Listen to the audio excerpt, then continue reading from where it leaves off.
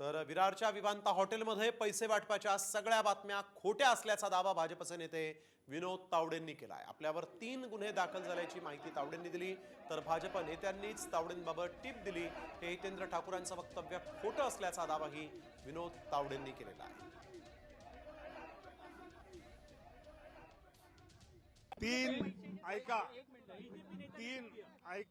तीन तिथे FIR दर्ज झाले। एक दर्ज झाला की आम्ही दोघांनी मिळून प्रेस कॉन्फरन्स घेतली। दुसरा दर्ज झाला की मी माझा मतदारसंघ नसताना तिथे गेलो। तिसरा झाला की हितेंद्र ठाकूर मतदारसंघ नसताना तिथे आले। हे 3 FIR आहेत। पैशाचा एकही FIR नाही। पैशाविषयीच्या सगळ्या बातम्या खोट्या आहेत, पूर्णतः खरं त्यातलं काही नाही। हितेंद्र ठाकूरांनी असं म्हटलं की भाजपच्या नेत्याने टीप दिली, हे धादांत खोटं आहे। नंतर मला गाडीत जाताना ते काय म्हणले तेही मला माहिती आहे, त्यामुळे यात काही तथ्य नाही।